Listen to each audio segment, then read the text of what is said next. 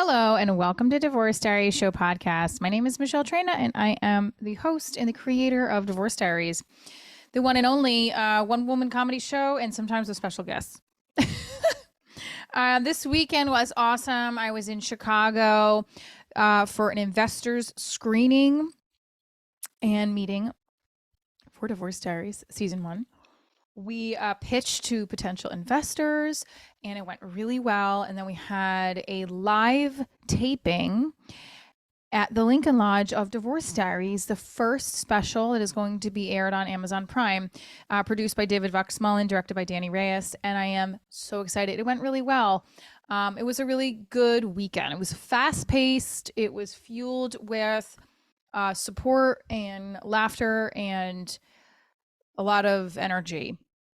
Obviously I have a lot of energy, but I have to say my producer really not puts up, but he authentically just gets me. And he never seems bothered by me or oh, she's too much or she's too intense. He just seems and my director, Danny Reyes. I love it. Oh, hold on guys. Hold on. Oh my goodness. All right, so I have reheat my coffee 500 times and I had to reheat it again because the skin from the milk was in my mouth. Gross. All right. So, yes, I am still in my pajama bottoms and it's 12:49, but I've been up and working for hours and dealing with the great aftermath of a great weekend. Then comes, the roller coaster of dipping down again, where my tickets for Long Island are very low. And I spoke with the booker yesterday. I think she's the booker. I think she's the GM. And she was like, yeah, we should postpone it. And I'm like, no. But then she's like, well, I'll have the owner call you. And I was like, oh no. He called me. He was very nice just now, actually. And so we're going to see where tickets are tomorrow. I don't know right now what to do. I am low on money and I can't be buying all these ads. And I'm stressed. I'm a little stressed about it because I don't want to postpone the show. This is my income. Also don't want to have 5 people there because then that's I don't make, how much money are you going to make with 5 people in this audience? So I get that. So I want to make a good event for the club and for myself and for my audience. So I'm hoping that the Long Island divorcees hear this and they come out. The show in Chicago was so good. I mean, it looked sold out, but it wasn't. We had 70 seats, but it seats 100. And when you went in that room, and it didn't look like it seated 100, but it's most comedy clubs that you squeeze in, It was great. Lincoln Lodge was awesome. This weekend is Governor's, which comedy club in Long Island at Levittown, and I really hope we get 50 people. I mean, right now I think we're at 4, but I've been there. I've been at this position before. So we'll see what happens. I'm fingers crossed. But I have a lot of stuff going on personally, I have a family member that I cut ties with, that keeps contacting me, that won't leave me alone, on and off won't leave me alone. And it's about what I put out there in my material. And I don't even know, and then I had the person that I really liked who I won't date me. I don't want to date him now, just for the record, everybody. For my own self-esteem and confidence level, I don't want to date him. I mean, I actually did want to date him a lot. And I even yesterday was felt myself pushing to see if he'll ask me to even see him again. And I was like, what are you doing, Michelle?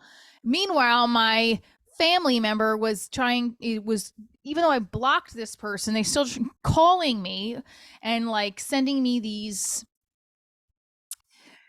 messages, and it's upsetting me. And it's I just want to be left alone. I just want somebody but this is life. I get it. And I always have said this on my podcast. I don't do my comedy to hurt somebody. It's to help heal. And as anybody talks about their life on their podcast or their comedy, this is what it is. We have rules of freedom of speech. Now, look, I get it. People don't want all their lives exposed. You don't have to sign up for that. But there's 2 things going on. I'm feeling an overwhelming feeling of, you should do this. You should do this. Well, this is why I can't be with you. And this is why you're a bad blah, blah, blah. That's what I'm feeling right now.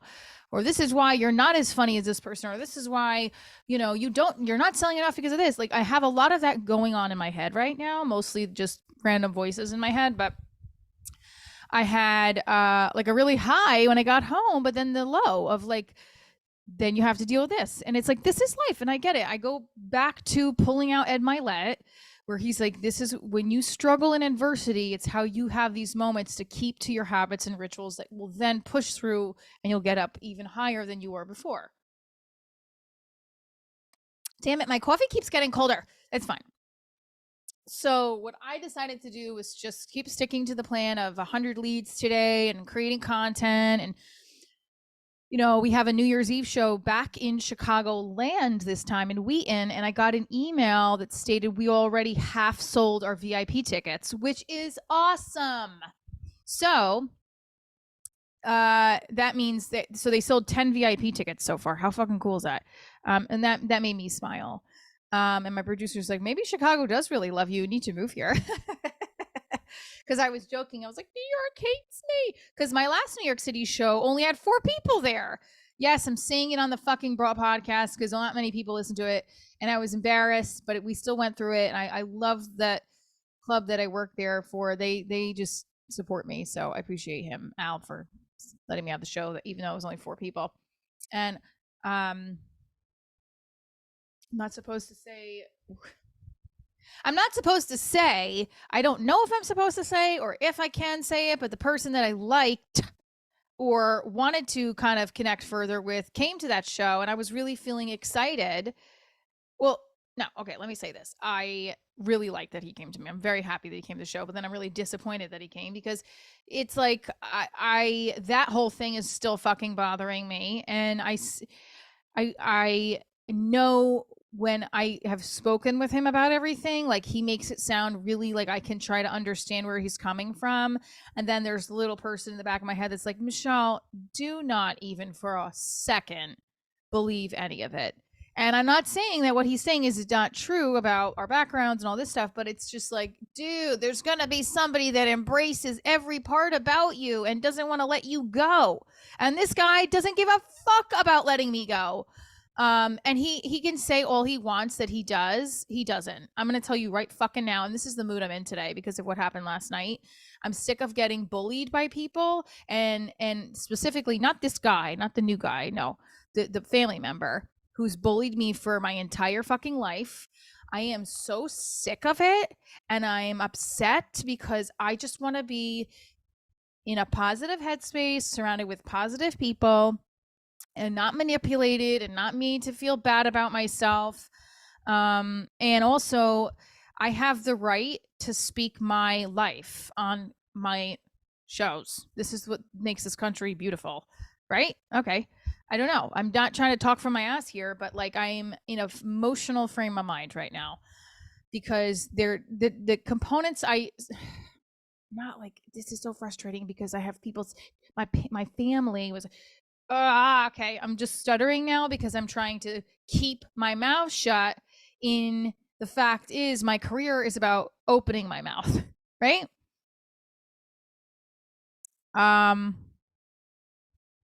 Okay. The truth, I really thought that this new guy I met was going to be like a guy I was going to date, like, and be with for a while. Cause I felt, I say that about every single guy I connect with. So let's just be real. For like in the first week, like not even like but like then I kept thinking, oh well maybe, and I did it again, going down that roller coaster.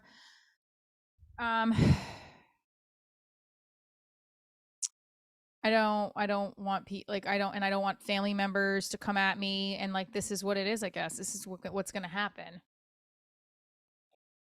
And for the most part, my family is very supportive, but this one person is just won't leave me alone. I just want to be left alone, no harm, no foul. Just leave me alone. So and I'm frustrated because there's certain things I can't say right now because I promised somebody that is near and dear to my heart that I wouldn't. And she is the only person I would ever do that for. And the new guy, who I really like, I do, respect him where I know like I don't know. He was so, I think he's also so nervous that like his life would be exposed because of me, which, I mean, he didn't say that directly, but like, I liked you. I just wish he would have liked been what I thought he was. I wish he would have been in my brain what I thought he was. And that's what I think I'm stuck on. And that's it's not to say that he's a bad person. He's not at all. It's just what I thought he was in my head is completely different than who he is turning out, or who he really is, and what he can handle, which is fine because I don't think a lot of people, I don't know, I don't know the type of man that is going to be with me that won't mind me talking about everything. I want a partner too that's gonna like want to create with me. That's attractive too. Like, hey, you want to do something together? Sure. Like, all right, my coffee's shot now. Ooh, I just swallowed the skin of the milk. Um, like last night, I caught myself. I was feeling frustrated with the whole family member thing, and then what I've done in the past is like want some sort of like man to rescue me from this other person who keeps being abusive, and it never happens. It just doesn't. This is why I've struggled with it my whole life. It's like I just want to be left alone by this person, and they don't. So like I was messaging him a little bit and I was kind of being standoffish. I was like, oh, good night. Even though I would like text him like, good night. It's been a long day. And like he didn't really, he's like, okay, good night. And like, because why would he if I'm sounding one worded? But there was a part of me that was like, great. Okay, my tickets are low. The guy that months ago I thought was going to be this person that I'm going to date and things are going to be amazing because he's sensitive is not at all that. In fact, we just keep repeating to each other, we should stop talking, we should stop talking. And then he'll listen to my podcast, or he'll, I don't know, I think I messaged him the last time and I'll go in a tangent and then we'll talk again. And it's ridiculous. I have to be honest with you. The back of my head thinks he's just talking to somebody else and this is all bullshit. Because I've been there so many times with these guys that they're just literally talking to somebody else. Um and he's not with me. Speaking of somebody else, the Greek reappeared. The Greek guy reappeared and texted me yesterday, of course, and was like, what are you doing? Like, how are you? And after like a year, no, not a year. When was it? Like earlier this year, he wanted to get together again. And I was like, I just want to be friends. I don't like look at us that way. Now he's resurfaced, and I was like, look, we were just friends for a while. So, I mean, I'm fine with going out and getting a coffee with you. He didn't say that. Like, he wants to meet up. And I was like, oh, here we go. I will definitely engage with dinner or a coffee, because this other route that I was going and talking to someone that literally will state over and over again how he doesn't want to date me is not the route for me. And I can catch myself, except like, let's meet. Because in my back of my head, I was like, yeah, maybe we'll meet up. Maybe things will shift then. And I'm like, oh my God, you're so needy. Ugh. Yep, that's me. Needy Michelle. I when I went to Chicago, I did this interview, Sugar Beats podcast, and Bob Klug, who's great, and runs the podcast, is his podcast. He had said something about what to do with if you have a man in your life that doesn't want to be out there in the public eye. He's like, you can just gauge material around it. Like, you can find a way to not make him feel uncomfortable and still not not, what's the right word I'm looking for, and not compromise your comedy. And I was like, that's great. That's actually what I was thinking of doing. And now I just keep feeling scorned, even though there's no scorning happening because we're not together. And I don't want to make this person feel bad. I'm just, in general, between my family member doing it to me and then my personal life, it's like both two sides are coming at me. And I'm like, or not that they're coming at me, but like, I feel like I'm getting it from all ends and I'm not being pleasured by this at all. This is horrible. That sounded weird. Okay. I also just feel like I understand what they're saying. I get it, but I'm not doing anything to incriminate anybody. And I'm just this, and I hate this because I was like, I shouldn't talk about it because I really liked this person in a physical and emotional way, and yet he's not giving me what I need. So why do I like this guy? He's not giving me at all what I need. And it's like, what are you obsessing about then, Michelle? The fact that you are being rejected again? Probably. Yeah, it makes me feel very sad. And I don't like to even say that because it just gives them power to be like, oh, I didn't mean to make you feel bad. Shut the fuck up. You don't give a shit about making me feel bad. You just care about your own guilt. I mean, not him because but it's like in general, I feel like I would feel the same way. Like if a guy was like, oh, I'm bummed that you can't, I don't, okay. So I don't mean it like see, this is how, you see what I'm doing right now? This is because if he listens to it, he's going to tell me that that's not true. If you're listening to this right now, I,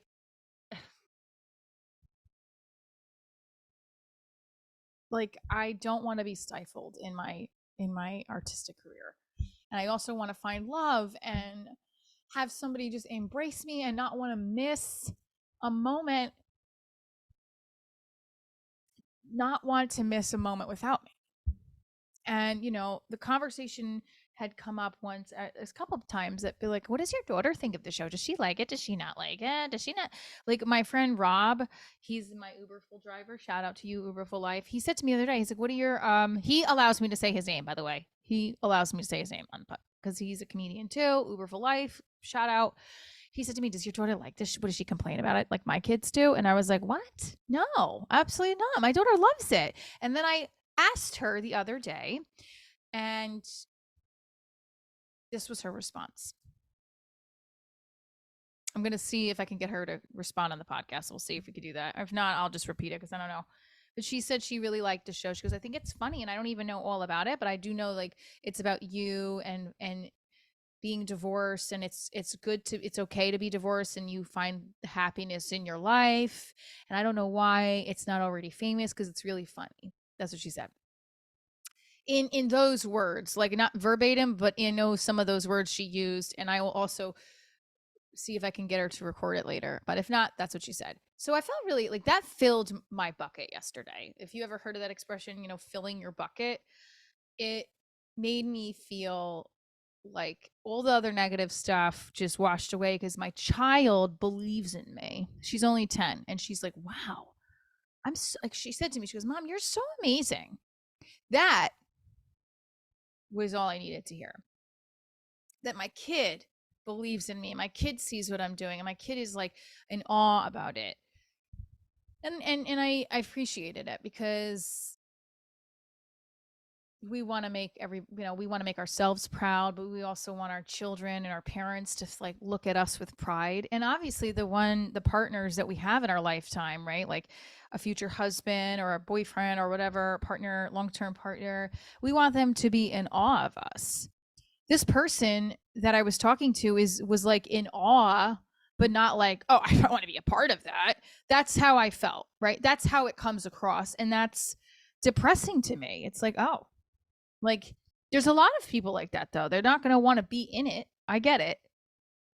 And then the family member issue I'm having is just, it took a lot of time out of my morning, and I didn't sleep well last night from it. So it was like, but rabbits and rituals. Habits and rituals kept me, I guess, abreast where I'm doing my podcast today because I missed on Sunday because I was traveling, and having my coffee and just plugging away at content and shows. I think why I get so frustrated when it doesn't work out with somebody I really like is because I felt the potential and I felt the chemistry, and then it was like immediately gets taken away from me. I don't know what that is, but that has happened a couple of times to me in my lifetime where, like with the producer guy, with the coach, it didn't happen right away because we went on for a year and a half. So it was devastating when it eventually was completely taken away and the truth was exposed. And then the cop, same thing. It's like 6 months of that, but that was so long ago. I don't have all these long term relationships. I have had like my ex husband was my biggest relationship ever, and then after that was like these fucking flaky ass, stinky quote unquote relationships, but not really. I have never called somebody my boyfriend since I've been married. I think 20-year-old me would have been like, oh my God, I'm so embarrassed. But 41-year-old me could be like, I don't care. It's like, if you don't want to call me your girlfriend, you never deserve to be with me at all. And I'm ashamed that I even was with you. But yet I still keep putting myself around these men that I can't help being so frustrated with this new guy about how little he does not want to date me, but how much he said there's a connection. It infuriates me so much because of my past. I don't know how to get rid of it. I wish I could go back to boxing and get all that out, but it's not in my budget.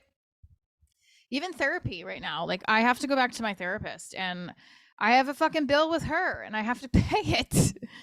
And it's tight. So it's just like, let's talk on my podcast about it and make everybody hate me who's near and dear to my I'm just kidding. No, not everyone hate me. I mean, I hope I can connect to you guys. I hope you have a connection with the story. Um so I hope if the person that I'm talking about right now is listening that he understands how much I really actually liked him. I said it probably 100 of times now, but like it really breaks my heart that someone can't see potential in somebody because all the walls that they're creating. Oh, Michelle, it's not that easy. I wish you could see what's in my head. That's what I wish people could see what's in my head and understand how it. Well, you might not want to. It might make you want to do a fucking line of coke or a Xanax because I'm really hyper and really all over the place. Um, but I have a good heart and I have empathy, and those are two things that sometimes I think people take advantage of. And I'm not saying, again, look at me, I'm trying to like cover up. I'm not trying to say that this new guy was trying to take advantage of me at all. I'm just saying the whole situation has me on another level of infuriating frustration. And the family member thing today has me on a level of frustration like no other. And it also just like makes me sad. Like I feel like I'm in kindergarten. Like, why can't anybody just be my friend kind of feeling? So. But okay, I'm going to turn this episode around at the end and make it very positive because what I am super grateful for is the fact that a year ago I did not have a creative team behind my back like I do now. And I am so frigging thankful for them. David, Fox Mullen, Danny Reyes, Emily Ramirez, Ali Dar Sky, Preston O'Phil.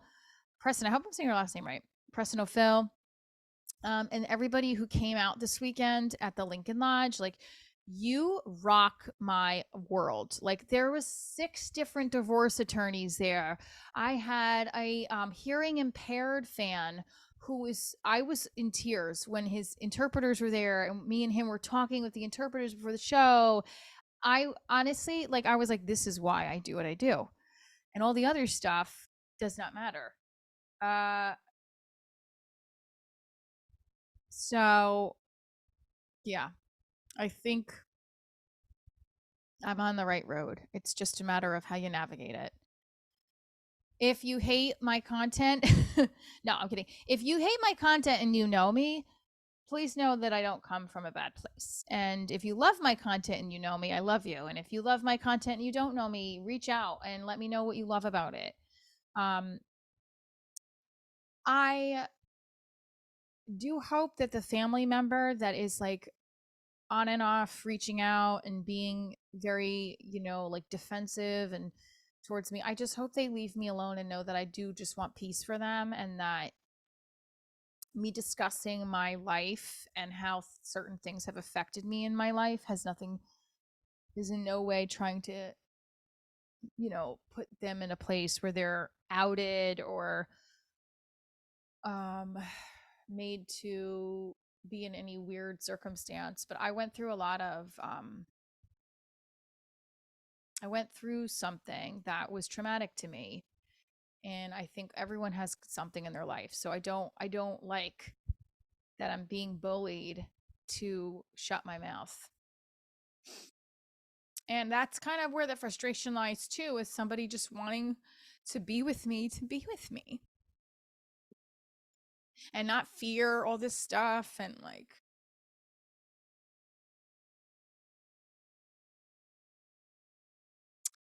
it's definitely a sign from God to just focus on me, right? And my daughter, of course, and not let these people that come into my life fool me about like what their intentions are. Regardless, like the new guy was intention is very, I think it's very sincere, but I tend to get angry when I don't get what I really hoped for and want to think in my brain, well, this person, defensive and all that stuff. Yeah, like my friend Rob was like, he'll never date you, so you have to like not talk to him. He'll never ever. I hate when people do that. He'll never date you. Like I just it's like the worst thing to say to somebody. It's like, what the fuck? I am not fat off of a shitty piece of steak. I mean, all right. Upcoming shows, new jokes, new material. Coming up at Governor's Comedy Club, hopefully on Friday night. Go get your tickets, divorcediaryshow.com. And then in New Year's Eve, the West Side Improv. And then January 14th at the Dojo East in Morris Plains. My cousin Candy will be featuring that show. It's her birthday weekend. It's going to be lit.